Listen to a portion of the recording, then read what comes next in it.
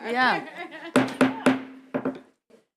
Good afternoon, and thank you for allowing us to have a little bit of a few minutes between the briefing and the hearings. And I just want to say thank you for being with us this afternoon.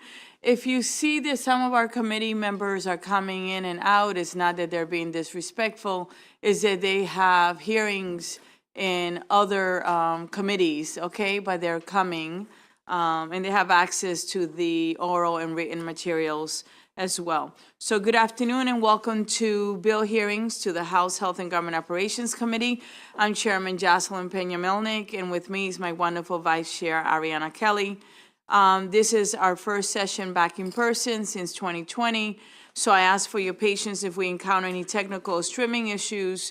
Today, the lawyer that we have with us for these bills is Attorney Lindsay Rode, to my right. Please set your electronic devices to vibrate and don't hold conversations in the committee room while testimony is happening. We're going to hear from bill sponsor and the bill sponsors panel, followed by all in-person witnesses, favorable with amendment, or unfavorable, then all virtual witnesses, favorable with amendment, and unfavorable. The bill sponsor testimony is not limited, but please don't take 10 minutes. Be sensible. While all witnesses will have 2 minutes to provide testimony. A timer is displayed right here. You see the blue sky timer on the screen, and a sound will play once your time has expired. I will let you finish your thought, but please be considerate. Please adhere to our usual committee rules of 1 question and 1 answer for the panel. Now, 1 question and 1 answer from each witness. Please keep your questions brief. Members of the public will be able to view the live stream of this hearing on the Maryland General Assembly website and YouTube. Today, we will hear the bill in the following order. First, we have House Bill 6, which is Delegate Hill, the Department of General Services Energy Conserving Standards. Then she's followed by House Bill 138, Delegate Kerr, House Bill 49, Delegate Ampry, and the final bill of the day is House Bill 401, Delegate Kelly. Let's begin with Delegate Hill on House Bill 6. This is, by the way, a joint bill hearing. We will be joined by members of the Appropriations Committee. We have Delegate Josh Lewis, Delegate Forbes, and we have Delegate Metzger. Thank you for your patience, and you're welcome to ask questions as well.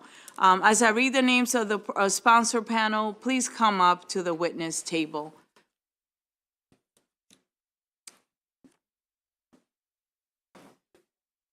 You want to give it to staff, and staff will do that, please? Yes, thank you. So we have Delegate Hill, and would our sponsor panel please come up? And you can bring the chairs up as well and join her. Delegate Hill, we're all yours. Good afternoon. Good afternoon, Madam Chair, Madam Vice Chair, and members of the committee. HB 6 is familiar Is it really? to the members of the committee and of appropriations who've been here before. So I'm going to be brief, but I also want to make sure that all the new members have an opportunity to understand. And the booklet that has been handed out is a booklet that we want the new members to make sure that they get hold of. Okay? So House Bill 6 is really that rare opportunity where we as legislators get to do good and save the state money. It is a bill that requires that general services develop standards for energy conserving buildings, that they can implement within budgetary limitations in order to decrease our use of energy. The other piece of the bill is that it requires that new buildings, newly constructed buildings, and buildings undergoing major renovations that are state-owned or where the state has invested more than 50% of the cost of the building, that those buildings have external cladding or otherwise be made to be compliant if they are not already with the LEED credit standards. Those credit standards are what are often referred to as bird-safe designs. So why are we talking about birds and energy at the same time? We're talking about it because of two things. Number one, we have in the United States over 1 billion birds that die every year because of collisions with buildings.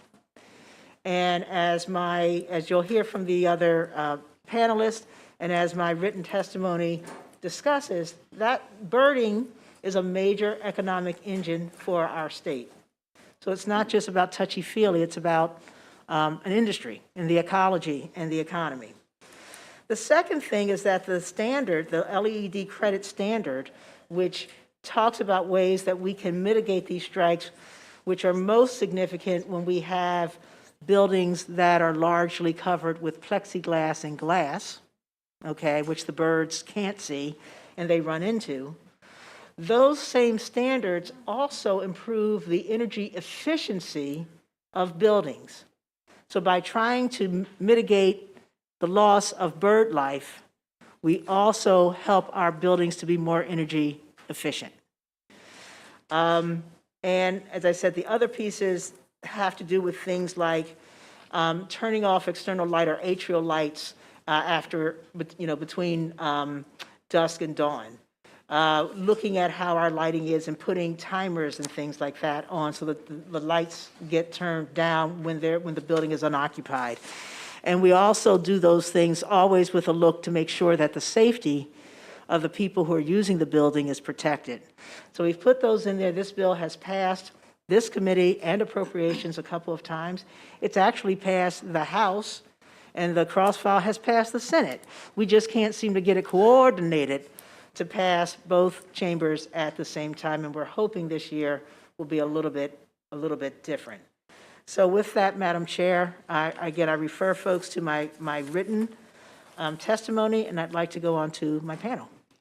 Who will be first? Go ahead. Thank you, Delegate Hill. Thank you, delegates. Thank you, committee. My name is Jim Brown. I'm the Policy Director for Audubon Mid-Atlantic here in Maryland. Audubon Mid-Atlantic is the regional office of the National Audubon Society, representing over 35,000 Marylanders who advocate for the protection of birds, bird habitat, and policies aiming to protect both birds and human communities in the face of increasing environmental challenges, habitat loss, pollution, and climate change. Audubon Mid-Atlantic enthusiastically supports House Bill 6. The provisions in this bill will save birds' lives. What is good for birds is good for the people, ecosystems, and economies of Maryland. Over 450 species of birds have been identified in Maryland. Every spring, millions of birds fly through the state on their way from tropical Central and South America. Some of them, such as the wood thrush, Baltimore oriole, and yellow warbler, stay here all spring and summer to breed, while others pass through to their preferred breeding grounds further north. Millions more live in Maryland year-round, such as our iconic cardinals and robins, which we see outside this building today. All of them, however, face very real threats from the ever-increasing deadly collisions with buildings in Maryland. More than half of U.S. birds are declining.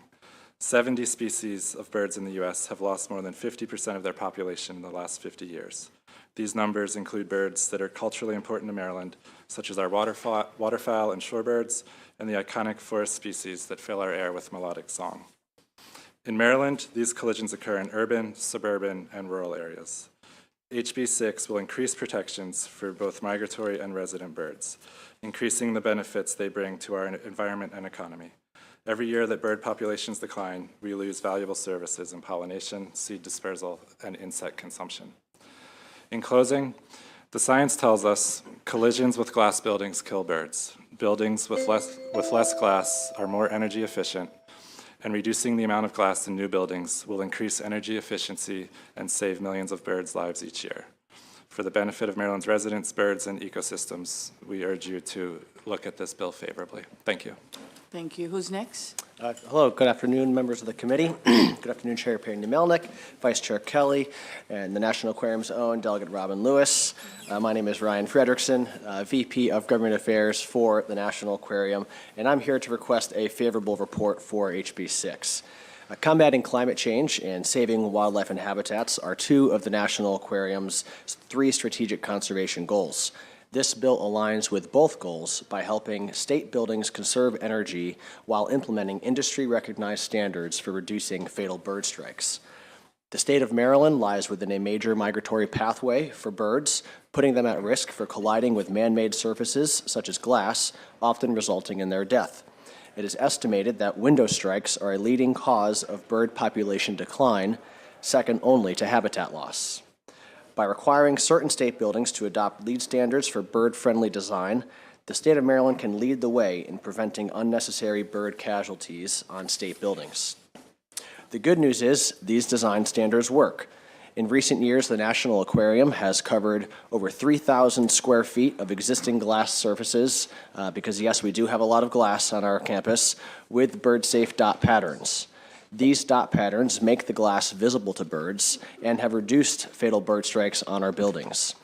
We also recently completed a project to replace all 684 glass panes of our iconic rainforest exhibit, thanks to the state support, and every pane was replaced with bird-safe etched glass, which not only made the glass visible to birds, but also increased energy efficiency by helping diffuse the sunlight. This method of incorporating bird-safe design practices into the construction process can be a cost-effective way to reduce bird strikes while saving energy. Our experience shows that the standards outlined in this bill are highly effective and have multiple benefits, so we respectfully urge the committee to issue a favorable report. Excellent timing. Who's next? Thank you. Good afternoon, Madam Chair, members of the committee. I'm Chris Parks with AIA Maryland, representing nearly 2,000 architects across the state. And as architects, we aim to be good stewards of the built and the natural environment, and we're here in favor of House Bill 6. First, because it's the right thing to do, simply to take measures well within our control to reduce the hazard to the natural world and to implement those measures that have been proven to be highly effective. Secondly, I'm here to assure you that the means to do so are reasonable and achievable. In addition to saving birds, they may result in many benefits of diminishing power demand of commercial structures, the second most significant source of energy demand on our power grid. As architects, you might imagine that we don't readily welcome legislation that might impose certain parameters on buildings that we design. So for our organization to support this issue, we simply have asked a few member firms to study how these regulations are implemented, and Lance, I think, will probably share more about that as well. But essentially, we found that the measures allow sufficient flexibility and are not unduly cumbersome to use. The member firms have tested the pilot credit on real projects. They've been implemented on real projects, and based on the testing completed, we believe that the accommodations can be made very reasonably without any significant cost, less than a fraction of a % of the total project cost. Buildings, and essentially the building skins can be designed to respond to the criteria, and additionally many of the lighting guidelines can be programmed into control systems that often already exist to allow them to function appropriately. Maryland is not acting alone on this issue, so we certainly urge your adoption of this House Bill 6 so it can be incorporated as a required component of the Maryland Green Building Program. Thanks so much. Thank you for your testimony today. Who is next? I am. I'm Lance Davis, the sustainability architect for a federal agency with over 186 million square feet of owned inventory in the United States. I write the book, P100, which is our design standards that are used on these buildings. I'm also a LEED fellow, immediate past chair of the LEED steering committee, on the board of the Maryland LCV, and an AIA member. In 2012, I was introduced to the idea of bird-safe design by the American Bird Conservancy. And shortly after that, I've worked with members of Congress to help write legislation and educate them on bird-safe design. For the last 10 years, I have met with some of the world's experts and associations to develop a high level of knowledge in this area. In 2018, I introduced the concept of bird-safe design to the federal inventory, and in 2021, I wrote in close collaboration with the American Bird Conservancy and the National Glass Association the nation's leading and most reasonable requirements for bird-safe design. Some solutions are simple. Others undoubtedly can add cost to a project. But I have seen many solutions that are integrated beautiful, and you'll see several examples within that book of projects that my agency that I work for owns, and little to no cost to the actual project. The best solutions are coordinated with other building components and help to bring many systems together. This is a key reason why I like the language in HB 6 and support it. It combines and recognizes the need to integrate energy efficiency, bird-safe design, and lighting. This language's intent allows design teams the freedom to find the best solution with no to little first cost to the project, and more importantly, find the best way to lower operational costs, thus saving significant money over the long term. I encourage you to move forward with this bill so that DGS can work with industry experts to set the standards and lower operational costs through bird-safe design. Thank you.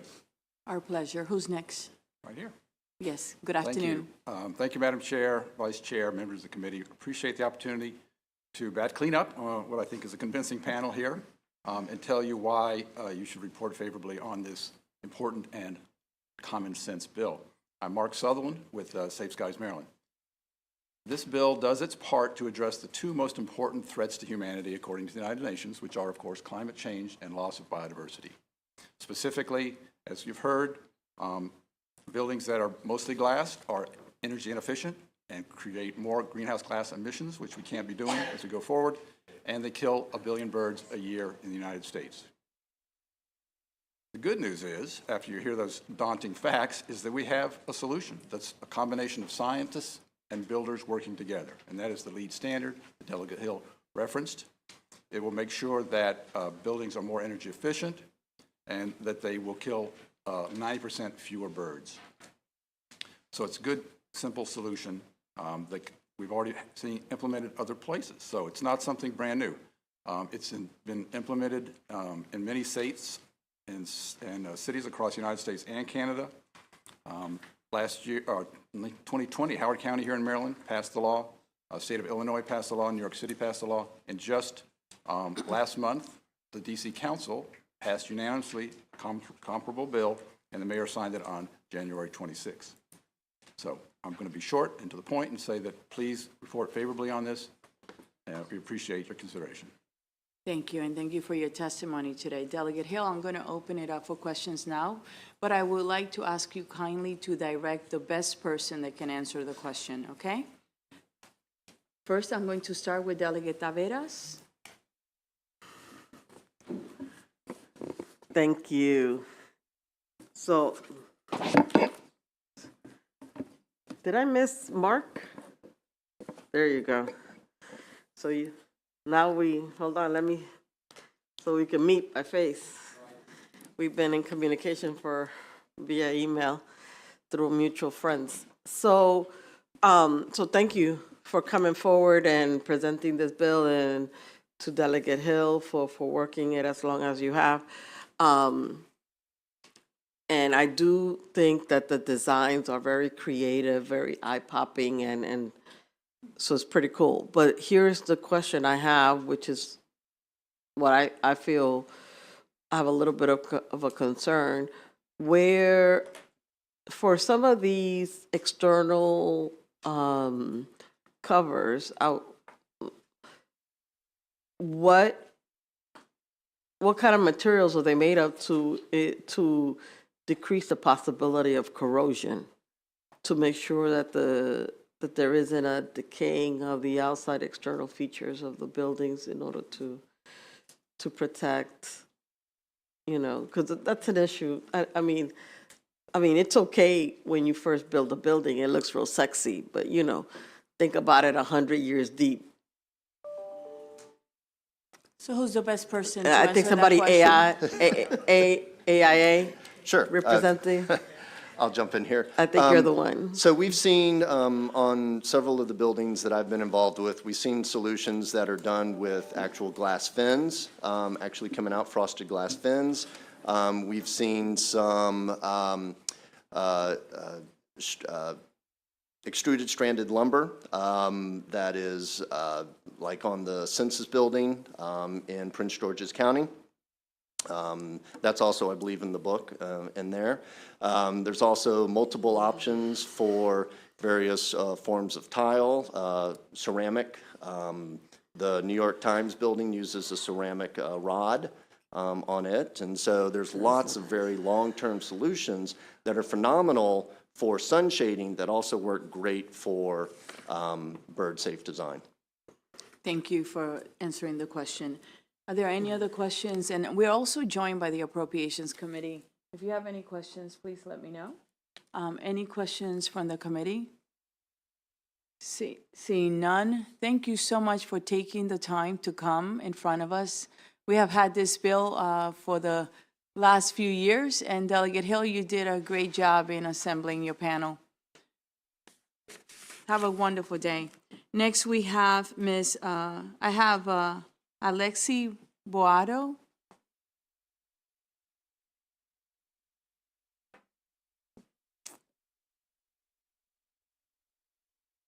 Is Alexi Boado here?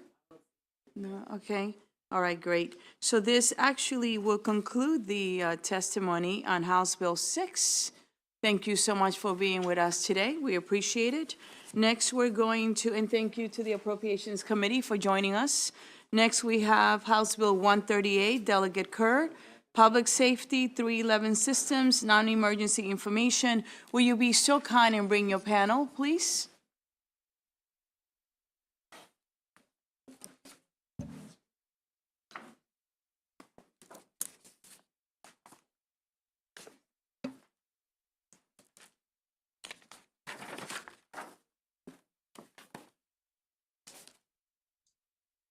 Are you alone today?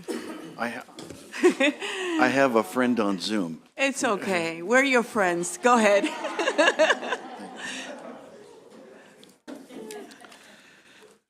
Well, thank you. Thank you, Madam Chairman, and members of the Health and Government Operations Committee. I am Delegate Ken Kerr. Today I'm presenting House Bill 138, Statewide 311, which is a non-emergency services number. For those of you who are new to the committee, let me give you a little bit of history. In 2021, Senator Kagan brought to HGO House Bill 631, which was passed out of the Senate unanimously, and this was designed to create a study to determine if there was a need for a statewide non-emergency phone number. And during that hearing in March of 21, this committee asked the question, why do we need a study? We know this is something that's needed. We know that this would improve constituent services. Let's just go ahead and do it. So last year, we brought a bill in that was designed to create the statewide number. We had a really great hearing, but it failed to progress because of questions of funding.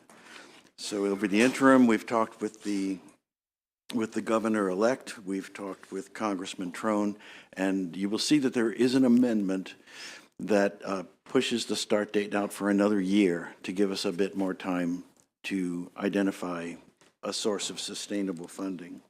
So in brief, 311 is a single point of contact for all Maryland residents and people passing through Maryland to access non-emergency government services. So everybody's familiar with 911, that's in service across the United States and 10 other countries.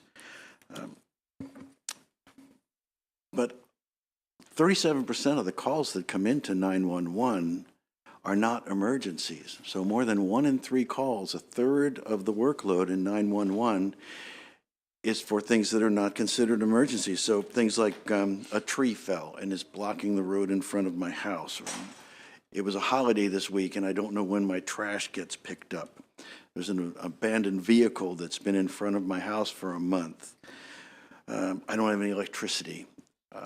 We heard some things yesterday, like my kids, on the bill hearings we heard yesterday, like my kids are hungry. I don't know where to get them food. I have an untreated medical condition. I don't have health insurance. I'm worried about my son, and I don't know where to turn. How do I get health care? So all these are emergencies to the people experiencing, but they don't fit the definition of a 911 emergency. So we know Maryland has 211, which is mental health and substance abuse hotline. Yesterday, we discussed 988, for which the Senate just voted to invest $12 million. It's the National Suicide Prevention Hotline. You have 511 for traffic, 411 for directory assistance. So, we're thinking that people could get confused. So there will be an education component to this about when you call 988, when you call 911, when you call 411, when you call 311.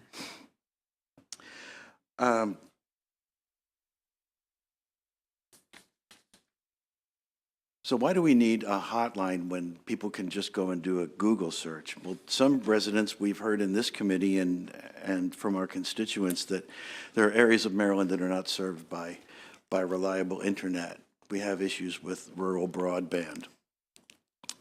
Some people don't have a computer. They don't have a smartphone or reliable internet service. But everyone, almost everyone, has a phone of some sort. So the statewide 311 will connect those people with the government service they need without having to have advanced technology. Currently, 6 counties have 311 lines in various stages of development: Anne Arundel, Baltimore County and City, Montgomery County, Prince George's County. Additionally, St. Mary's has an online version. So you might ask, so what happens to those existing programs? Well, you have your floor system, you should have a document called Statewide 311 Options. So counties that are happy with their current setup, that they're functioning well, they don't want to be part of a statewide system, that's fine. You can keep those systems. But if they do opt into the statewide system, then they'll be able to get their county services paid for by the state. It can come out of their county budget. So there's no question that 911 says saved countless lives and property. And these 911 specialists have a very stressful job. It takes a lot of skill and experience, and there's a lot of burnout and stress. So statewide, 311 can serve as both a training ground for 911 operators and a place where 911 operators can go when they are really experiencing some stress of the job and just need to step back. They stay under the headset, but they're in a non-stressful situation. So like last year, you're probably wondering, how are we going to pay for this? As previously mentioned, Congressman David Trone, who serves on the House Appropriations Committee, has a letter of support in your floor system, and we've been working with him to identify and procure federal funding. And we have ongoing discussions with MDEB and the Department of Budget and Management over state funding. Also, the fiscal note has come out less than we anticipated, $2.2 million in the first year to hire the initial staff and build a website. Then the second year is when the big price tag comes in. That's when we have to buy all of the equipment and train all of the 311 operators. And then it kind of settles out at about $8 million a year for the out years. So, as we work to rebuild state government and to establish good customer service and relationships with our constituents, Statewide 311 is a 21st century solution to connecting Maryland residents and those visiting Maryland with the assistance and services they need quickly and efficiently. And I would request a favorable report from the committee. Thank you, Delegate Kerr, for your testimony. Are there any questions for Delegate Kerr? Seeing none, thank you so much. Oh, I do have one. You have to, put the Sorry. light on. Go ahead. Is it fair to say that this, for those who don't have access to the internet, that this provides them with access to this information that is so readily available otherwise? I'm sorry, I didn't understand your question. Is it fair to say that the information that people could obtain at this 311 call service would be particularly helpful for people who don't have internet access and therefore can't access this information in that manner? Exactly, Delegate Rosenberg. That's the value of having a telephone number. And some people just don't have the technological skills to actually navigate websites or to know what they're looking for or even to put in the right search terms. So this would not exist in every county. There would be regional setups, and all of the 311 operators would be cross-trained and have the references for each county. So they'll do either a warm handoff to the appropriate organization, or they will answer the question outright at the time. But it is intended to serve both people who do have the technological proficiency and those who don't. Thank you. Delegate Hutchinson. Thank you, Madam Chair. So if I get this straight, though, the funding hasn't quite been figured out. I see the letter from David Trone. If we were to move forward on this, if that's not figured out, this would be the responsibility of the individual counties to pay for the system? It wouldn't be the responsibility of individual counties, it would be the responsibility of the state. And that's one reason why we've pushed out implementation an additional year as we work to identify that source of ongoing funding. We don't, right now, 911 is funded through a fee on your phone bill. We don't want to attach another fee on the phone bill. So we're looking at federal agencies such as Federal Emergency Management to see if there are programs within that agency that we could tap into for funding for this. Delegate Lewis. Thank you, Madam Chair, and thank you to the good delegate for bringing this very interesting and important bill. My question has to do with existing 311 phone systems that are already in Maryland. For example, in Baltimore City, we have a longstanding 311 system. How would your bill affect existing systems, not just in implementation, but in funding? Because it would be great to get federal money to run our 311. If Baltimore City loves their system and doesn't want to go in with the statewide consortium, they can remain independent. And the calls will be routed to Baltimore City. If someone who's passing through Baltimore City has a question that doesn't pertain to Baltimore City, then the Baltimore City operator can hand off that phone call to one of the regional operators who would be able to help them. If you don't want to keep that on the Baltimore City budget, Baltimore City can go in with the statewide 311 consortium. State, so that might be a reasonable and fruitful approach. So I appreciate that opportunity. Kind of thinking most people will want to take that opportunity. My pleasure. Any other question for the delegate? Thank you. Thank you so much. And I do have a panelist on Zoom. Yes. And before him, I have two people that signed up in person. Let me call them first. Thank you. Okay. I have Kevin Canali. No? Sarah Sample. Okay. We have, on virtual, we have Steve Souter. Good afternoon, sir. How are you? Good afternoon, Madam Chair, and good afternoon to the members of your committee. As I sat here and listened to the very thoughtful questions, I was really enthused that there is the knowledge that there is already, and there is the measure of curiosity that you all exhibited. Some pieces of history, I think, are valuable to the committee. When 911 was introduced to the United States in 1968, within the next 10 years, Maryland adopted it and became the first state in the United States to provide 911 service to every one of our 24 counties. The dialogue that occurred back then in these very chambers was not dissimilar to the dialogue that is occurring now with regard to 311. 911 went on to be the most recognized number in the United States, if not the world. And it is the go-to number for everybody that has an emergency in Maryland or anywhere else. 311 can be the very same thing. If you've ever experienced the frustration, sometimes the anger of wanting to get to the right government office and not knowing quite how to do it, you have voicemail, you have phone trees, you have all manner of things that tend to elevate your frustration level as a citizen as to where am I going to get the help that I need. 311 is the answer to that. And I would ask that this committee entertain supporting this bill. The 911 Commission met after its sunset in the summer of last year. And we talked about this session coming up and what, if anything, we wanted to propose.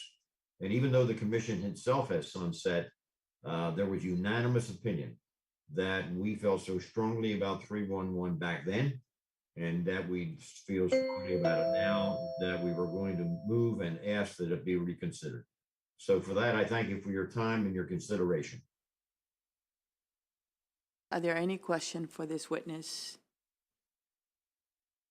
Seeing none, thank you for your time, sir. We really appreciate it. Thank you. Our pleasure. Next, we have Micah Ferguson. Micah Ferguson here. Well, this concludes the bill hearing on House Bill 138. Next, we have House Bill 49. Delegate Ampry, will you be so kind and come up, please, with your panel? Title, Economic Justice and Racial Reconciliation Act. Good afternoon. Good afternoon, Madam Chair, Madam Vice Chair. I think it's my first time here in person and my first time here under you all's leadership. So again, congratulations. And I'm really appreciative and thankful for you all. And members of the committee, it's an honor to be in front of you all today. I am here in support of House Bill 49. It is a bill that we brought forth last year, the Economic Justice and Racial Reconciliation Act. And I start off by just saying the whole entire purpose and intent of this bill is the concept that intentional harm requires intentional redress. And the purpose of this bill is to create a commission to study and understand the economic impact that our state's legacy and the government's legacy has had on the African American community during the times of legal segregation. So during these time periods, the best example I like to use is my own family story. So I think about my grandparents and my great-grandparents who lived and worked in Baltimore City. They did the best they could with what they had. During their time, they paid the same employment taxes. They paid the same sales taxes. They paid the same property taxes. And the businesses that they frequented, that they could only frequent, that were owned by Black people, paid the business taxes. During this time period, while they're paying all the same taxes at the same rates as white Marylanders, they were not given access to the same opportunities, the same resources. I think about the hospitals they couldn't use, the schools they couldn't use, the parks they couldn't use. My father, when he was born in 1949, he was born in the back of a taxi cab because the Black hospital that he was only allowed to get to wasn't close enough. I think about the fact that my grandfather had a college degree. And he worked at a government job. And because he was Black, he could not rise the ranks. He was denied opportunity to gain more employment and to gain more money. And white people who had only high school diplomas were able to obtain higher positions than him. So during these time periods of legal segregation, during economic apartheid, the Black community was deprived of economic opportunity. And upon our state finally and our country finally realizing that, you know what, this is wrong, and we're going to ensure that everyone has equal access to the opportunities that they are paying for through their tax dollars, my family and others were given an opportunity to join in society and go to the hospital of their choosing, send their children to the school of their choosing, go to that park or pool of their choosing, work at jobs where they could get to where they wanted to be based on their abilities. But when they were given the opportunity to join and get those resources, they were never given back all of the economic money taken from their communities to support and establish other communities other than theirs. So the purpose of this bill is to create a commission to further understand and discover what exactly was that economic benefit taken away from these communities. How is it still impacting the current disparities that we have? When we look here in the state of Maryland, the median household wealth for Black, Latino, and white households in Maryland is $25,000, $36,000, and $188,000 respectively. We know that the data shows that the continued racial wealth gap that we face, not only does it impact the African American community, it impacts our entire state, it impacts our entire country. By losing the economic opportunities for communities that are still suffering for decades of racism, we're not allowing everyone to reach their full opportunity, and we are taking away the economic opportunity for all Marylanders. So the purpose of this commission is just to study that, determine what the economic value is, determine how we can then address the economic gaps that still exist today, and how we can heal and repair those communities that were most harmed during a period where the state literally sanctioned segregation and economic apartheid. So I'm hoping that with this commission, we can get to a resolution on the issues that face our state. And I remember that, we talk very highly about the civil rights warriors such as Harriet Tubman, Frederick Douglass, Thurgood Marshall. We are a state that has always led on making sure that racial justice is found. So why not lead on this issue? This is a very unique bill. There's other states are working towards this, but I think this is a very unique bill, an opportunity for Maryland to take the lead and show the country that we continue to be the leader on civil rights and racial justice. And I urge a favorable report on House Bill 49. Thank you. Good afternoon. My name is Nika Namdi. I am the creator of Fight Blight Be More and the co-creator of the Stop Oppressive Seizures Fund.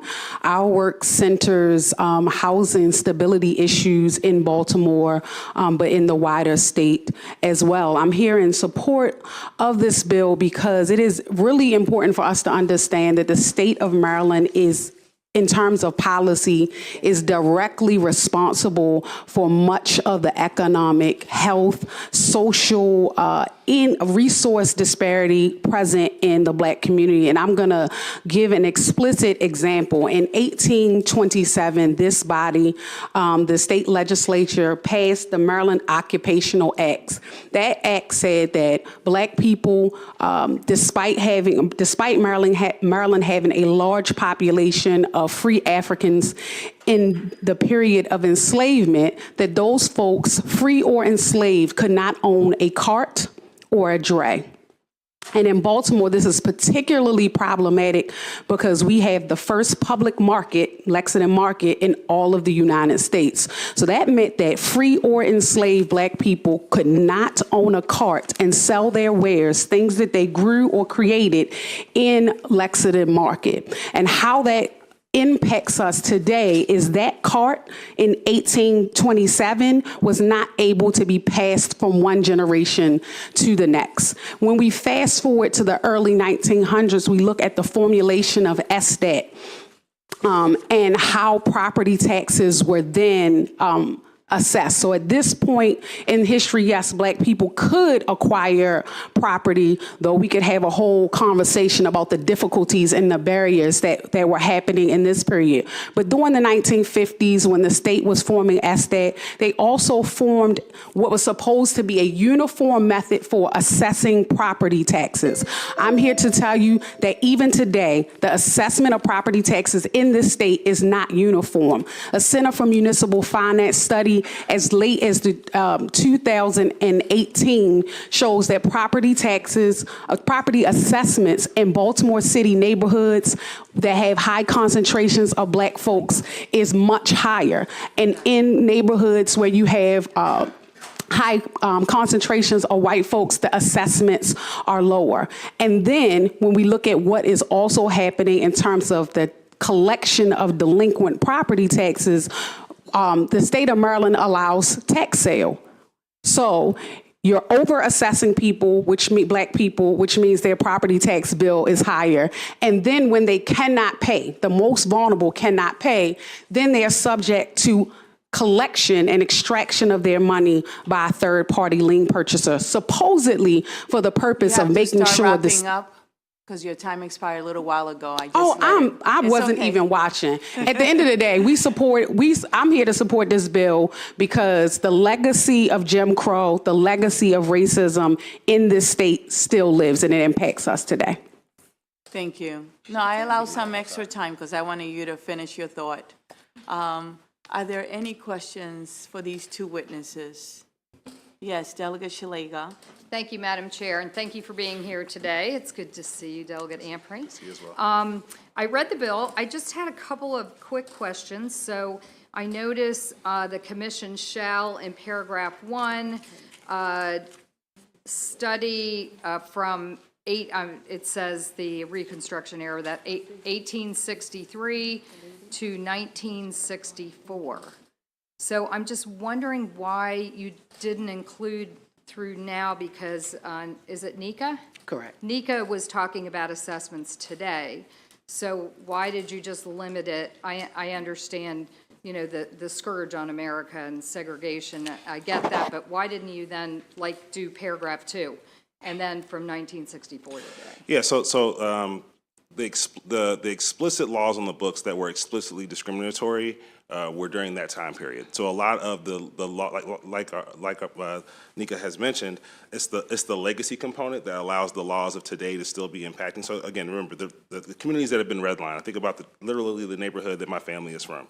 The neighborhood that my family purchased in Evergreen Lawn in West Baltimore was a segregated neighborhood, right? So that meant that in those neighborhoods that were redlined, they have not got the proper investment. So today, that's the way that we assess those areas is still impacted by 70, 80, 90 years ago of laws. So that the purpose of the bill is to understand the original laws and the actual explicit laws in the books that were explicitly saying that, you know, blacks couldn't own homes in certain places, or denied African Americans access to homes, or denied African Americans access to public things that they were literally paying for but couldn't use, right? So the reason that we have the dates there is that it's the period in which the actual laws in the books explicitly said that that black people could not use, work, or do certain things. So that's the time period. In 1964, we know the passage of the Civil Rights Bill, and then it still took a long time for those things to be effectuated, right? So the bill as written is focused on just that time period, where it's explicitly on the law, explicitly in the books.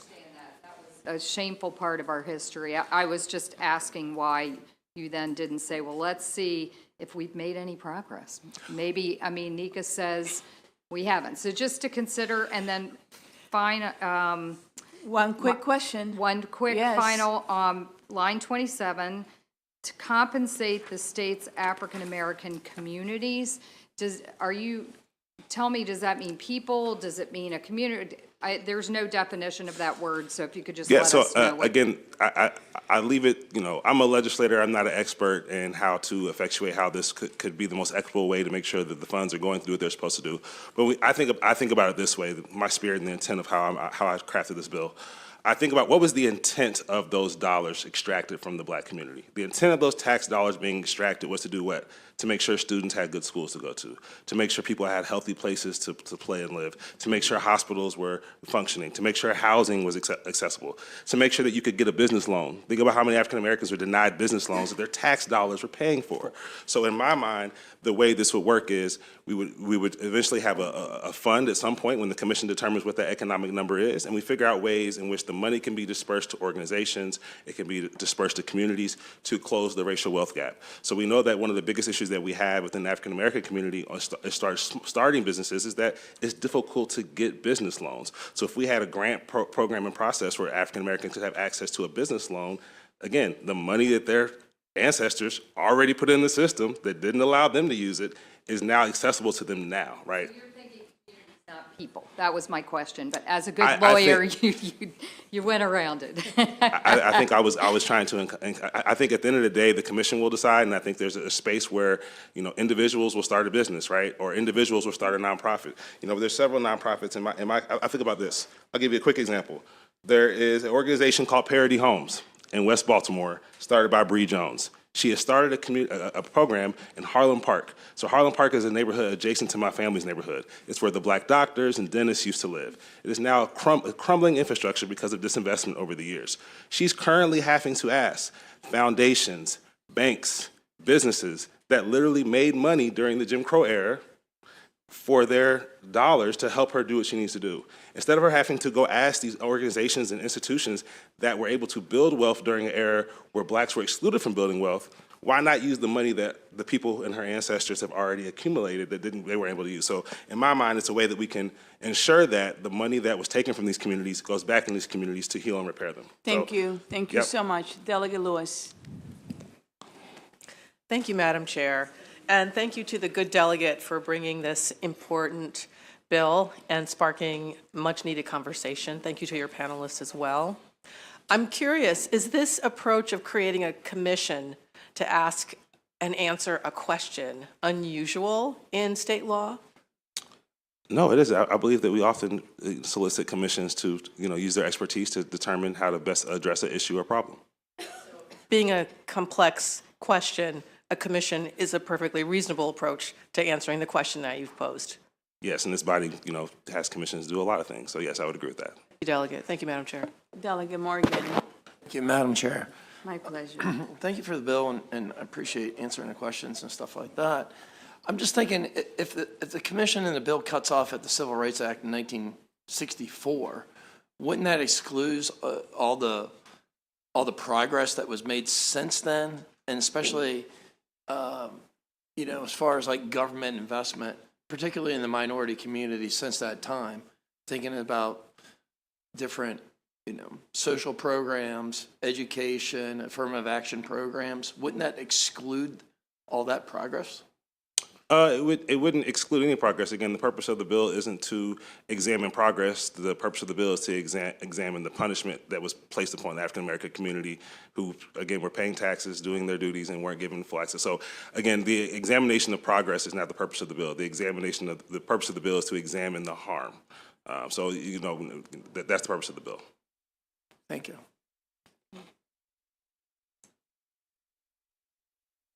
I don't see any other questions for you. Thank you so much. Appreciate you. Thank you. So I do, one second, before you leave, I apologize.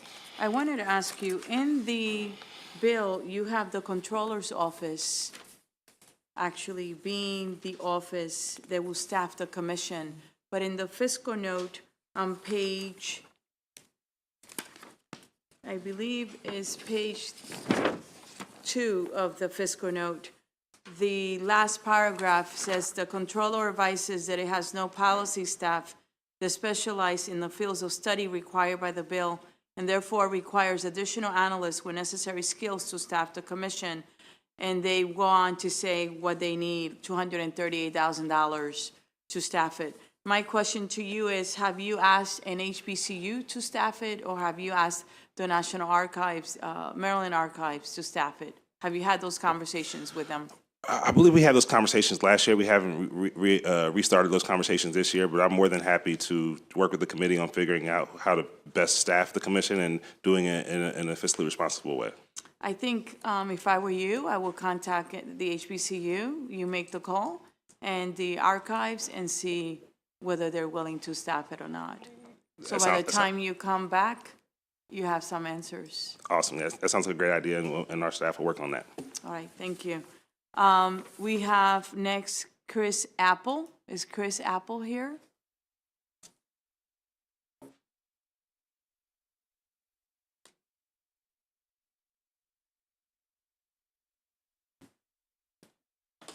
Thank you, Madam Chair, committee members. I am Chris Apple.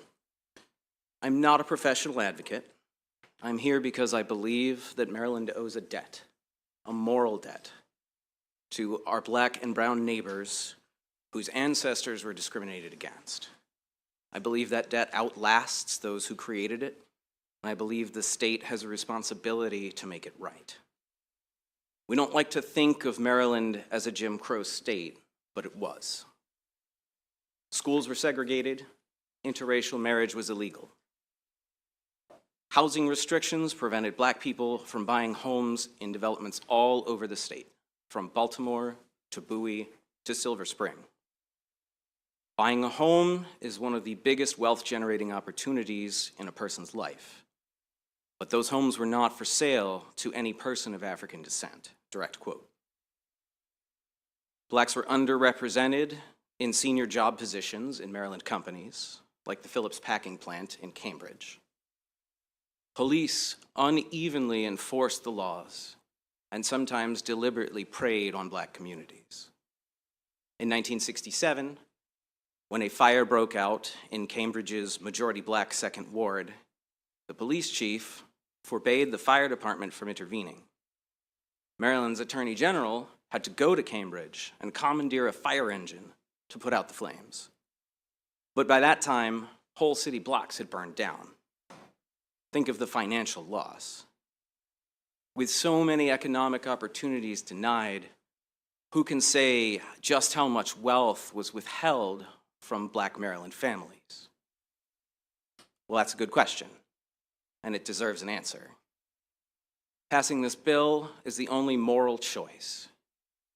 It means we can acknowledge the harm, And that starts by taking it seriously. That starts by saying it's worth studying. I'm ready to see the results of that study. I ask you all to take that leap with me and pass this bill. Thank you. Thank you for being here today. Are there any questions for this witness? Seeing none, thank you for your time and your efforts. We have Stephen Miller.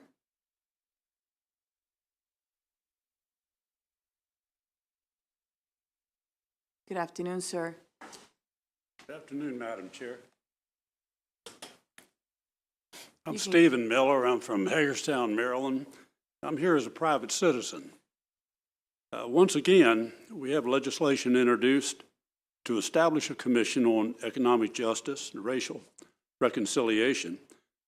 As was mentioned earlier, similar legislation was introduced in the 2022 regular season as House Bill 159.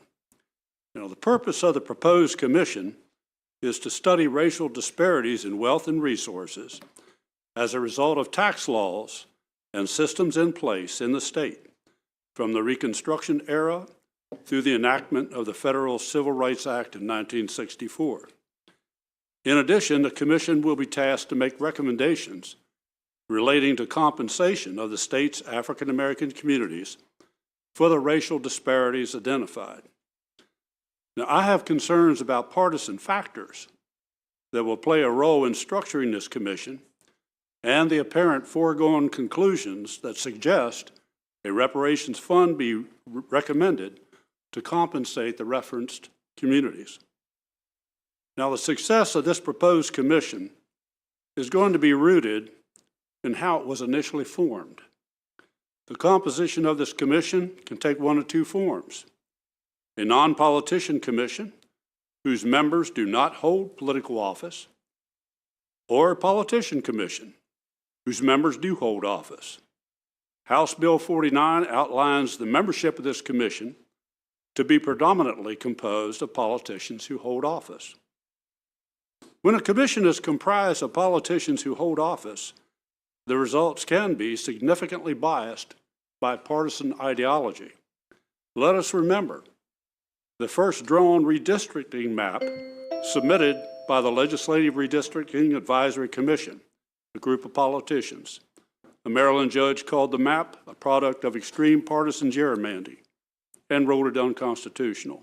One more paragraph, Madam, if I may. It's okay, finish your thought. My concerns about partisan factors influencing the composition of this commission and biasing the results of its studies could be eliminated or at least greatly reduced by letting an independent commission serve in this capacity.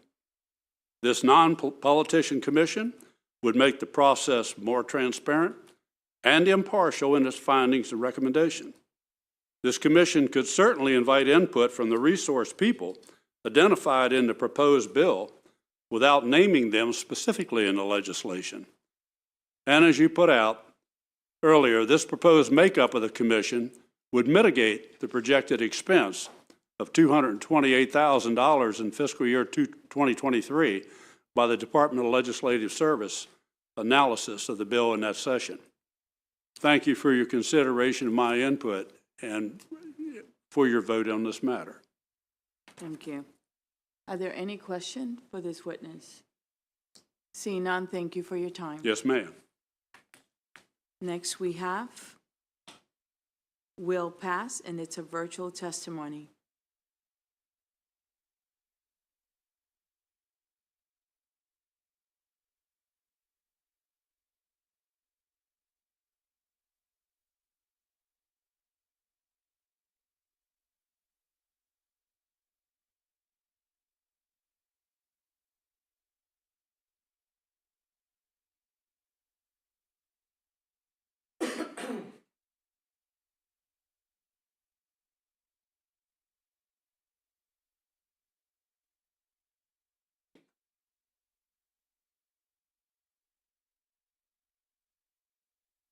Remember at the top of the script when I said be a little patient, right? This is the part that it applies to it.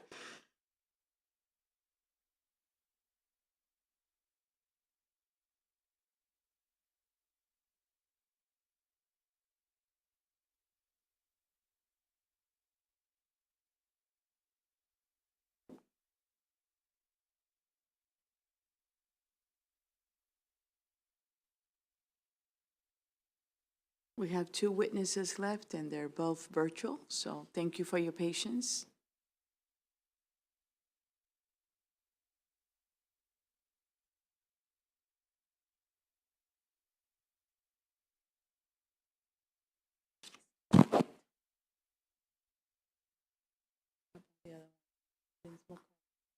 Okay, thank you.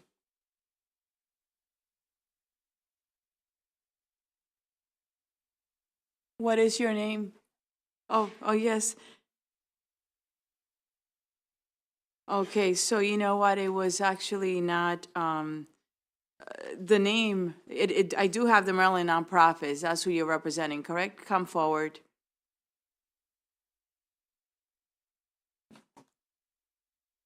He actually did not put your name, put his name, but that's okay. Not a problem.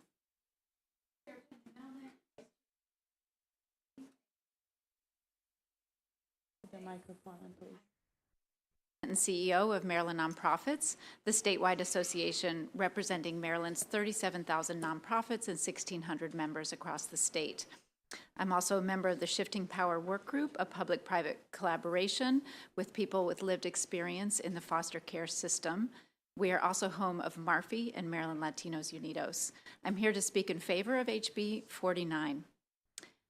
Every system has a name for the injustice delivered to African Americans in America. In banking, it's called redlining. In education, it's called the achievement gap. In medicine, it's called health disparities. In the justice system, it's called mass incarceration. In child welfare, it's called disproportionality. In legislation, it's called stuck in committee. Our nonprofit sector has its own inequities, where we see more than 50% of the smallest nonprofits headed by Black leaders, most of them Black women. Those nonprofits receive the lowest levels of government and philanthropic support, despite their serving the communities that need it most. Our systems in Maryland do not require any individual to be racist, although that is the reality in some cases, to deliver outcomes that have smaller positive impact and too often a greater negative impact on Black people. Decades of trying to address inequities through systemic reforms continue to fall short, and generations are being lost while systemic inertia proves the more powerful force. We believe compensation for racial disparities offers a different approach to addressing systemic racism that is worth a full review and study that is called for by HB 49. We need an all-of-the-above strategy to addressing the enduring legacy of slavery, Jim Crow, and systemic racism in Maryland, and we urge you to vote this bill onto the floor and ultimately into law in Maryland. Thank you. Thank you for being with us today. Are there any questions for Ms. Heather Island? Seeing none, thank you. It's great seeing you, Heather. Take care. We do have another witness. They will join us virtually, and that is Mr. Vince McAvoy.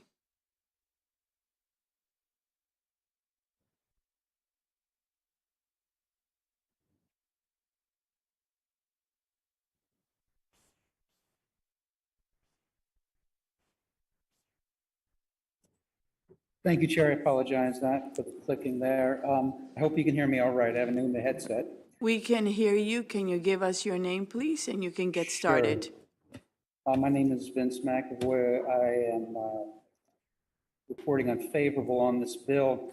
I want to say that every time I walk into a grocery shop in Baltimore, where I live, I'm reminded of an economic disparity between myself and the shop owner.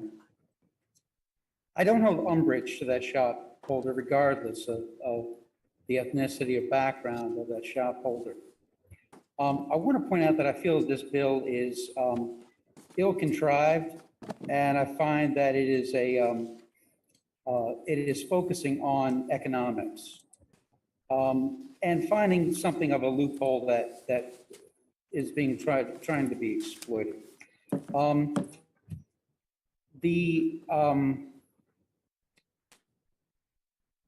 The timing, as was mentioned on this bill, as to which it includes for the need of a commission, fails to address the amount of money that's been invested into sectors of Maryland over the years. Living in Baltimore, I see a lot of these grants and funds, and I'm sort of stymied when I hear that nonprofits aren't getting, that is, people of color, blacks are not getting nonprofit money grants. That's a fallacy. All the grants that we're seeing in this city, some of them by design, some of them by habit, are going to this. But when I look at the economic picture, I'm reminded in Baltimore that money is paid into Baltimore every year. In other words, close to $2 billion just from the state goes to this city. The city would collapse, but not for the other 23 districts. Those disparities are paid every single year, as well as supplemented by the federal government, sometimes to the tune of about $3 billion. In conclusion, I want to add that war on poverty and the war helping inner city situations has amounted to tens of trillions in the time frame that was since '64. And I also highlight that at no point does this bill talk about reparations to the elements of crime, which is crucial in determining whether or not there's a net payout with interest. Though we have victim services. Can you I can please tell you wrap in the up? city, oh, I'm sorry, thank you. These services are not paid. This bill is ill contrived, and I urge an unfavorable. Thank you for your time. I'm available for questions. Are there any questions for this witness? Seeing none, thank you for being with us today. This will conclude the bill hearing on House Bill 49. Next, we have House Bill 401, which is our last bill of the day, and that will be Delegate Kelly, Health Occupations, Practice Audiology Definition. Will you be so kind and bring your panel with you? Thank you.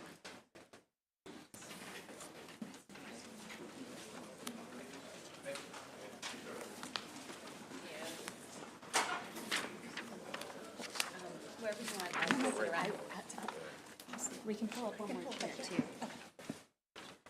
And I'll move when it's. Hi, members of the committee. As my panel gets itself seated, I will get started because we are the last bill of the day. I'm going to make my introduction quick, and I'm going to start with an apology. As you all know, I really try to bring my bills completely worked out to the committee because of the situation we talked about yesterday where, you know, I'm in a bit of a time crunch. I am trying to make sure we get this bill heard in a timely manner, but it hasn't been all worked out yet. So you're going to see some testimony after the proponents from folks who need amendments and have concerns with the bill. So I apologize to the committee for bringing it to you in this state, but I hope that we can work through the subcommittee process, Delegate Rosenberg, to figure out how to get this bill across the finish line. The point of this bill was to address the new FDA final rule on over-the-counter hearing aids, which was released in October 2022. It created a new class of over-the-counter hearing aids as mandated by Congress, and it created a new category of prescription hearing aids that did not exist before. So I wanted to introduce this legislation so that we could address that change. I'm going to let the experts talk about why we need a change in law, and I will again remind you all that as you hear from some other folks who are signed up, and let me look at the list and see, favorable with amendment, we have a couple, and unfavorable, we have a couple. We're really trying to work with those stakeholders to figure out how we can get this done. So with that, I will both urge a favorable report once we have worked out the issues that need to be worked out and pass it on to my panel.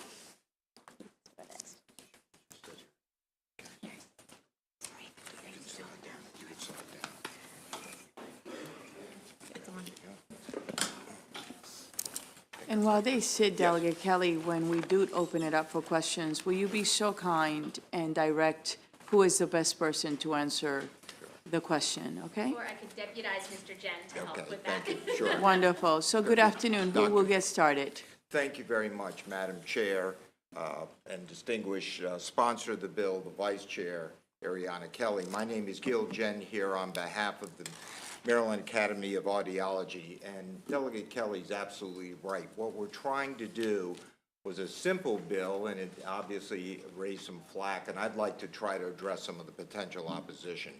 The concept of the bill was to codify the FDA change in a categorization of restricted hearing aid devices, and then in October, they became prescriptive devices. I'd like to read one sentence of the FDA letter that I believe is in your pack. The FDA's intent is that the same professionals who recommended, selected, fitted, and dispensed restricted hearing aids before the effective date would continue to do so for prescription hearing aids after the effective date. So why is there some opposition? I'm going to tell you that I think we have worked it out in the foyer and in the back room. First of all, there is no increase in scope. We all know that when a scope issue, there's a perception, the sky's going to fall. We don't believe that's the case. We've had the opportunity to speak to the wonderful people that will be testifying shortly, the hearing aid dispensers. We accept their language that will be offered to address their concern. They're in a different subsection, and they, in effect, want to comport with the FDA guidance, and we don't mind at all our bill being used for their amendment. The ASHA group, the Speech, Hearing, and Language, had a question on the Osseo integrated device. We have agreed to strike that language. Dr. Spohr will get to some specifics there of why both sides are actually right, but we don't want to have that fight before the committee. So we are accepting all amendments that are being offered. I'd like to also address some potential, well, that was quick, okay, on the ENTs. So we're not beyond scope, and we can discuss that offline in subcommittee as the ENTs. Thank you. Tell us your name. Dr. Spohr. Sure. Alicia Spohr. You can get started. Thank you. Thank you for being with us today. Thank you. Madam Chair Pena-Melnick, Vice Chair Kelly, and committee members. My name's Alicia Spohr, and I'm a licensed audiologist and business owner in Howard County, Maryland. And I'm the legislative chair for the Maryland Academy of Audiology, which represents more than 520 licensed audiologists within the state. Since 2014, numerous government agencies have met to discuss the accessibility of hearing health care, including the National Academies of Science, the Food and Drug Administration, and the Federal Trade Commission.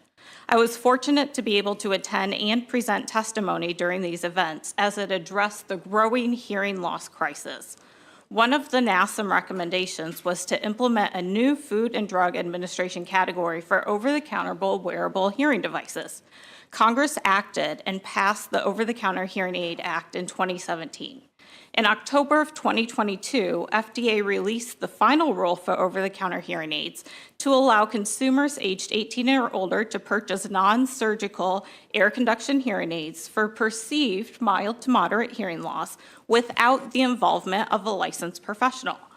Audiologists complete ordering, fitting, dispensing, and programming of these devices and auditory implantable devices pre- and post-surgery. To avoid any type of confusion, the MAA accepts the amendment to strike all mention of osseo-integrated devices, bone-anchored hearing devices, and cochlear implants. The FDA took additional action and created a new category of prescription hearing aids. Before the final rule, audiologists fit, sold, and dispensed what was termed restricted hearing aids. Those restricted devices are now in a new category of prescription devices. We must have absolute, unambiguous, clarifying language inserted in our practice definition that audiologists can prescribe these devices to comport with a new federal rule. When passed, HB 401 will update and codify statute with a final rule to ensure it is not harder for your constituents to obtain prescription hearing aids than it was when they were restricted. Thank you for your time and consideration, and to Delegate Kelly for sponsoring this legislation. I ask for your favorable committee report. Thank you. Who's next?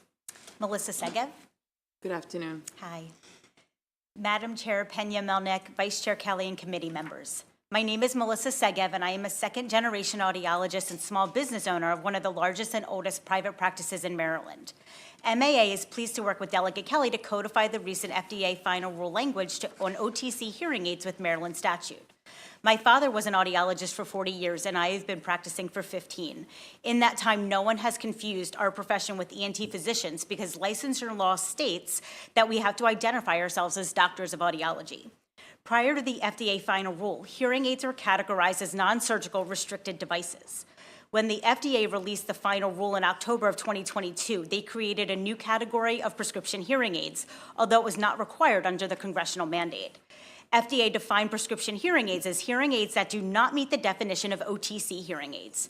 Further, a non-surgical prescription hearing aid is defined by technical specifications and intended use, must be dispensed by a licensed person as governed by state law, and federal preemptions are limited. In practice, prescription and restricted hearing aids are not different. The labeling has changed to comply with the new category, but the ordering and dispensing of the speaker, the technical components, and the intended use are unchanged. What was restricted in September of 2022 looked like this, and what became prescription in October of 2022 looked like this. You can see they're identical. As an audiologist, I followed in my father's footsteps to improve the quality of life of patients in the area and balance healthcare. The final rule caused pause with the new prescription hearing aid category as it affected my patients' ability to obtain devices from my colleagues and myself. HB 401 would update the semantics of the audiology code and eliminate any ambiguity around the FDA's new hearing aid category and ensure my patients and your constituents continue to receive the best hearing health care. With the shortage of hearing care professionals from COVID, helping patients in a timely manner is more important than ever, and the passage of this bill would ensure that audiologists can continue to do that. Thank you for your time and consideration, and to Delegate Kelly for sponsoring this legislation. I ask for a favorable committee on HB 401. You're welcome. Thank you. Next. Madam Chair, Vice Chair, and members of the committee, my name is Dr. Brianna Holton, here on behalf of the Maryland Academy of Audiology in support of House Bill 401. I've been a licensed practicing audiologist in Maryland for 25 years and co-own an audiology private practice with 13 office locations in Maryland, including the Eastern Shore. I've been evaluating, diagnosing, managing, and non-surgically treating auditory and vestibular disorder conditions of the ear for 25 years. This legislation will not change that. It's not a scope of practice issue. It simply updates and codifies the recent FDA OTC hearing aid language into Maryland statute. The FDA is the federal agency to ensure safety and efficacy. This legislation will not harm our patients, and it does not pose a safety risk. As a contracted participating insurance provider, one of my duties is to verify benefits from third-party payers such as Blue Cross and Blue Shield. Their 2023 benefits already incorporate the FDA's final rule and use the terminology of prescription hearing aids, yet our Maryland statute does not. HB 401 legislation would ensure the audiology practice language is consistent with governmental agencies and third-party payer systems. It will allow patients to use their benefits and have coverage for the newly defined prescriptive hearing devices. Thank you for your time and consideration, and to Delegate Kelly for sponsoring the legislation.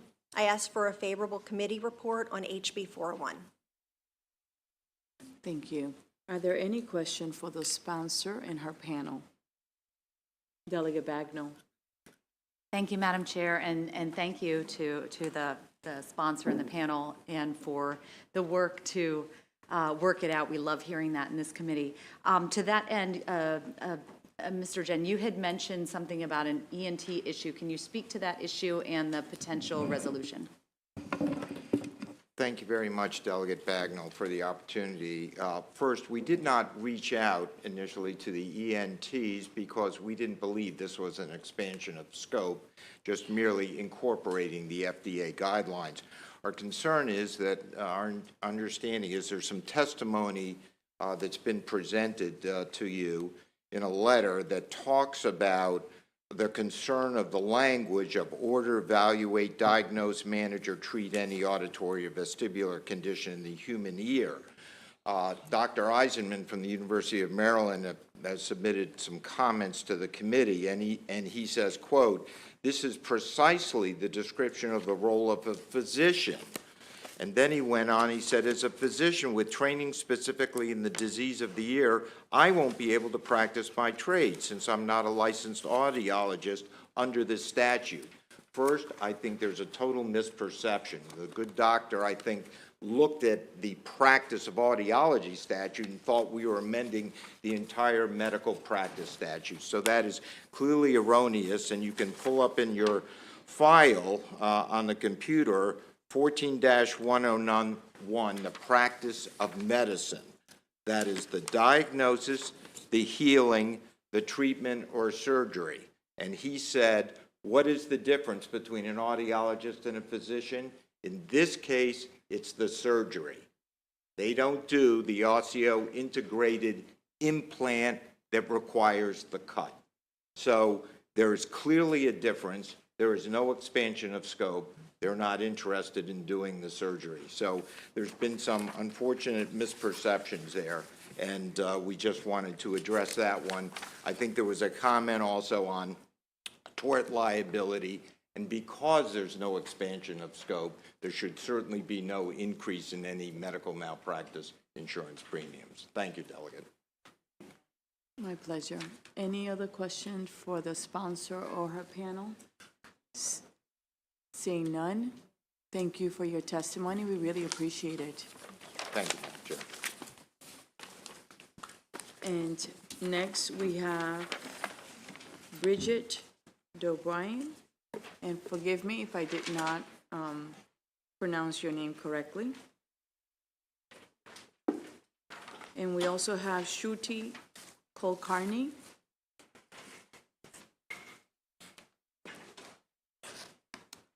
And you can get started. Wonderful. Honorable members of the Health and Government Operations Committee, thank you very much for the opportunity to appear before you on House Bill 401. My name is Bridget D'O'Brien with the Hearing Industries Association. We are the national organization of the manufacturers, suppliers, and distributors of hearing aids, their component parts, and power sources. And our mission is to be a trusted voice on product innovation, patient safety, and education, as well as public policy. We understand the intent of HB 401. We greatly appreciate the committee's interest and Delegate Kelly's work on this issue and a commitment to resolve the changes with an amendment. We appear today to express our concern that conforming changes have not been made in the same title to the definition of hearing aid dispensing. The practical effect of changing one, in this case, the definition of practicing audiology, without the other, the definition of hearing aid dispensing, is that this bill would effectively bar hearing aid dispensers from ordering the use of what is now termed prescription hearing aids as defined under the new federal OTC regulations. It is this outcome that FDA sought to avoid with the issuance of the clarification letter in October of 2022 that stated its intent that the same professionals who recommended, selected, fitted, and dispensed restricted hearing aids before the effective date would continue to do so for prescription hearing aids after this date. Consistent with the FDA guidance, we do urge adoption of an amendment to HB 401 to align both the definition of practicing audiology and the definition of hearing aid dispensing with the final over-the-counter hearing aid regulations. This would likewise be consistent with the fiscal and policy note that accompanies HB 401, that the bill conforms Maryland statute to the OTC regulations. We simply ask that you do the same for dispensers. With this simple amendment, we can continue to support access to vital hearing health services for those who need it. We appreciate your consideration, your commitment to working on this issue, and of course with my colleagues in the audience as well on resolving this for those with hearing loss. Thank you. Next, please. Good afternoon, members of the Health and Government Operations Committee. My name is Shruti Kulkarni. I represent Miracle Year, a leading healthcare provider with over 18 offices in Maryland. Miracle Year believes that patient safety, satisfaction, and access are of paramount importance in helping individuals address their hearing needs. Thank you for your time today.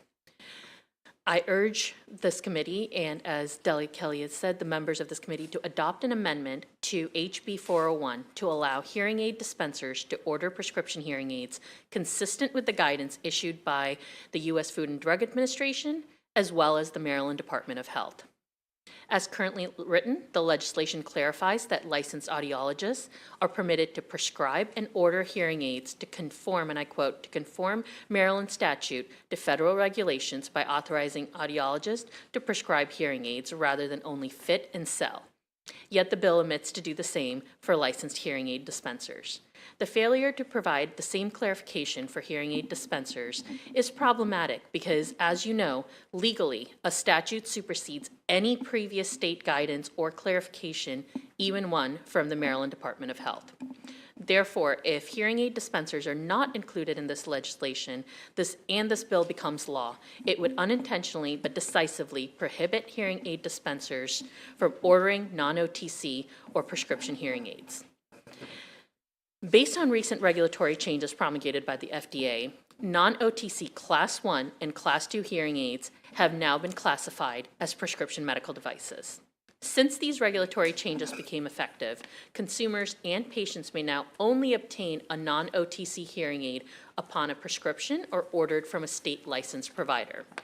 While the FDA ultimately provides states with the authority to define which providers are qualified to prescribe these hearing aids, the agency made clear that the regulatory changes were in no way intended to compromise patient access and that existing state licensed audiologists and hearing aid dispensers have the qualification and authority to order the use of prescription hearing aids. This was further reiterated by the Maryland Department of Health. Hearing loss is a serious medical condition that has been associated with multiple comorbidities, including dementia, social isolation, and difficult with balance. Hearing aid dispensers play a critical role in helping those suffering hearing loss obtain the help they need. As such, we look forward to working with Delegate Kelly to amend HB 401 to authorize hearing aid dispensers to order prescription hearing aids. Thank you. Thank you for being with us. Are there any questions? Delegate Shaliga. Thank you, Madam Chair. I think you're both, one of you has to answer, not both, just FYI. I think you're both national companies, groups. Are you seeing this in other states, the confusion from the law that was passed? We are, and actually, I think it is best if we answer separately. So I represent the Trade Association for the manufacturers writ large. So yes, we are seeing this issue across all of the 50 states. We're seeing different approaches to resolving it, and sometimes we're just seeing that, you know, they're looking at one but not necessarily knowing that there's the second piece that needs to be done along with it as well. So that's speaking from HIA's perspective and the research that I've done over the 50 states. Shruti, if there's anything that you Is your perspective the same? Is Yes. your perspective the same? Yes. Okay, that- thank you. Thank you. Any other question? Delegate Taveras. Hi.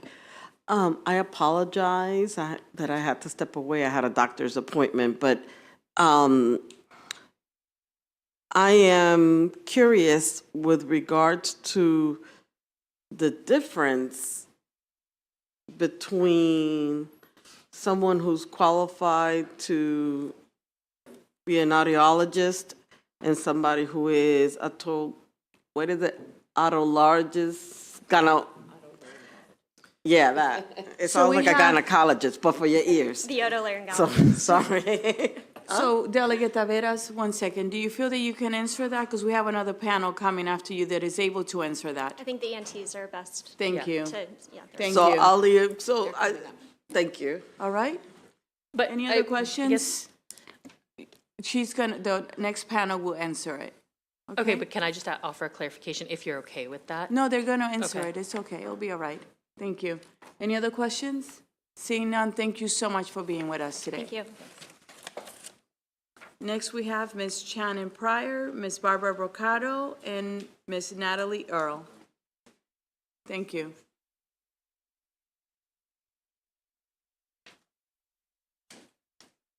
Good afternoon. Thank you. And you each have 2 minutes. And Madam Chair, if I may, I'll begin. Yes. My name's Barbara Brocado, and I am respectfully here in opposition to House Bill 401 and on behalf of the otolaryngologists, the Maryland Society of Otolaryngology. And I can say it well because my uncle was one, so okay. I'll just say, this bill is drafted as broad. The language is in here is in the health occupations article. And the language is not limited to hearing devices. It addresses the full scope of practice of an audiologist. I'll just say, as far as we know, the FDA regulates devices and pharmaceuticals. We are not aware of language, FDA language, and we've looked at the letter, that, alters the audiologist's scope of practice. That's again, what you do here in the state in the health occupations article. So if I could just read the change that we are fundamentally concerned about, and in a fundamental way, that the existing definition of audiology, and I'm just going to read lines, I guess we'll start 14 through 17 on page 2 of the bill. That practice is currently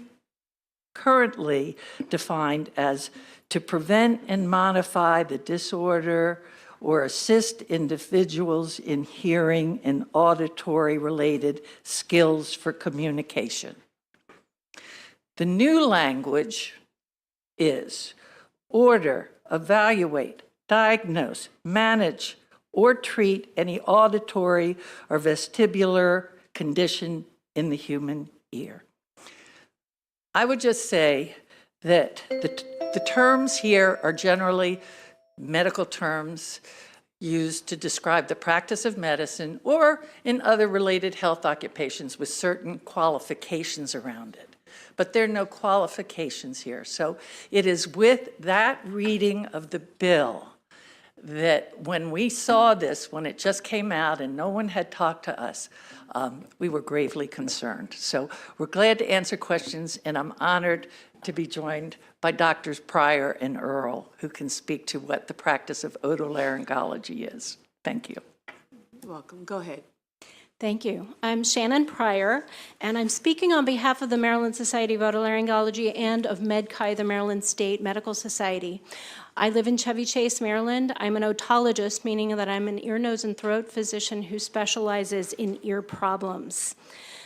This bill redefines audiology to include aspects of care that audiologists are not trained to do, such as surgery, invasive clinic procedures, prescribing medication, and interpreting MRIs and CT scans. This will adversely affect patient safety.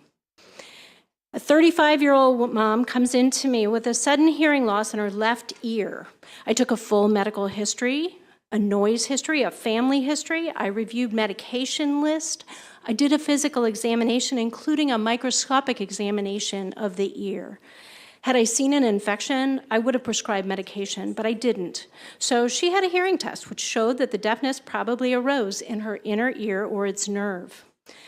I explained that we needed testing, an MRI to look for tumors, lab tests to screen for anemia, thyroid problems, autoimmune diseases, infectious such as syphilis or Lyme disease, unintended diabetes or cholesterol, and nutritional deficiencies.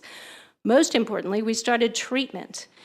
I discussed the risks and benefits and prescribed steroid medication. If she doesn't improve, she may need injections into the middle ear through the eardrum.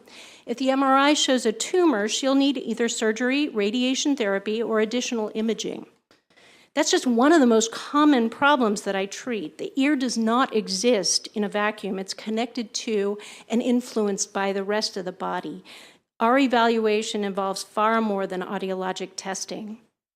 The audiologist is a valuable member of my care team, and many of my patients will encounter an audiologist at some point in the course of their care. But the audiologists practice audiology, and I practice medicine. There are areas of overlap, but this definition includes parts of practice that are not included in audiologic training, and this will harm patients. It will also allow them to order disorders, though that's just semantics. So we need a definition of audiology that will encompass only what audiologists are trained and qualified to do. Thank you. Are there any questions for these two witnesses? I have Delegate Rosenberg. Mr. Jen testified that there were discussions today or recently regarding the possible compromise on the legislation. How would you characterize those discussions? I'm disappointed to say, Delegate Rosenberg, that was as we were sitting down in the hallway. coming over to say, we have an amendment to the bill. We had no prior knowledge of this and no discussions. There's been no substantial discussions. Delegate Rosenberg.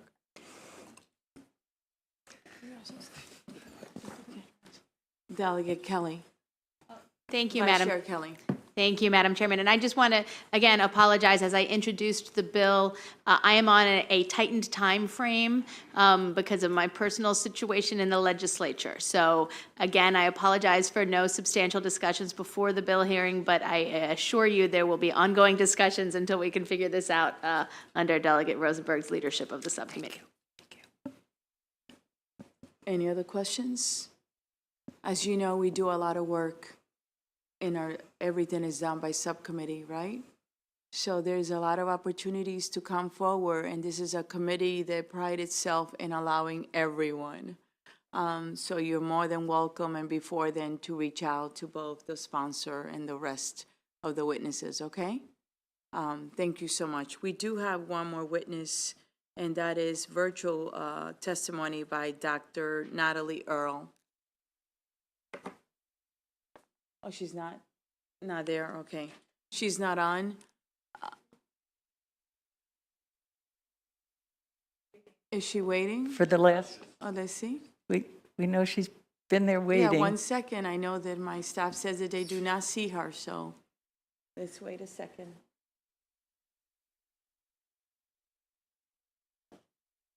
She's not in the waiting room. Do you want to send her a quick message? Okay. Thank you. 1 second. Thank you so much. I would allow it for a minute. Thank Okay, you so not a much. problem.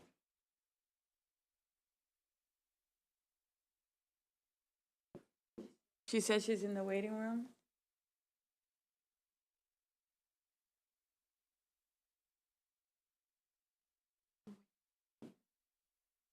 Is it under Mason Jackson? Is she using someone's Zoom?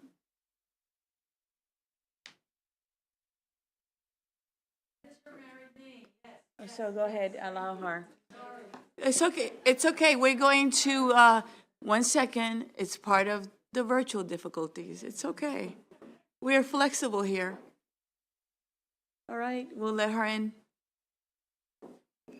So this is a lesson for all of us. Make sure our witnesses have their names, okay? We learn from it.